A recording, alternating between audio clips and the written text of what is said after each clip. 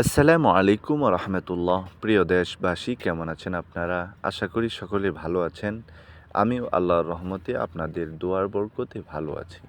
প্রিয় ভাইরা, আপনারা ইতিমধ্যে দেখতে পারতেছেন যে একটা নৌকা বোঝাই করা কিছু সবজি, সেটা হলো মিষ্টি কুমড়া বা মিষ্টি লাউ বা মিষ্টি কদু। প্রিয় ভাইরা, এই সমস্ত কদুগুলো আমরা বাজার থেকে ব্যাগ নিয়ে যাই, টাকা নিয়ে যাই আর কিনে নিয়ে আসি। আমরা অনেকেই জানি না এই কদুগুলা কোথায় চাষ হয়।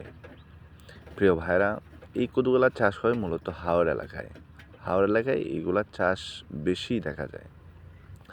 আপনারা দেখতে পারতেছেন বড় বড় নৌকা বা বড়ি এই নদী দিয়ে যাচ্ছে। এটা হলো সুরমা নদী। এর পাশাপাশি আমরা যদি আবার আরেকটা বিষয় দেখাই যে আমার এক্সকাভেটরটা চলতেছে।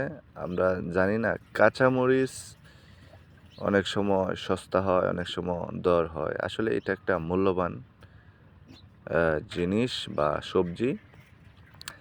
আমাদের প্রত্যেক পরিবারে মানে প্রত্যেক ওয়াক্তে, অর্থাৎ ৩ বেলা খাবারের মধ্যে ৩ বেলায় যেই কাঁচামরিচটা লাগে সেটা হলো এই সমস্ত কাঁচামরিচ। এই কাঁচামরিচগুলা কোত্থেকে আসে আমরা অনেকেই জানি না। আসলে এই এই কাঁচামরিচগুলা হাওড়া এলাকা থেকেই বেশি যায়। কারণ ৬ মাস পানি থেকে আর ৬ মাস ভাসমান থাকে, ৬ মাস পানি শুকিয়ে যায়, যে কারণে হাওরের বড় বড় যে হাওরগুলো আছে সেগুলোর মধ্যে মরিচ চাষ অথবা লাউ চাষ, কদু চাষ ইত্যাদি ইত্যাদি অনেক চাষ করে থাকেন কৃষক ভাইয়েরা।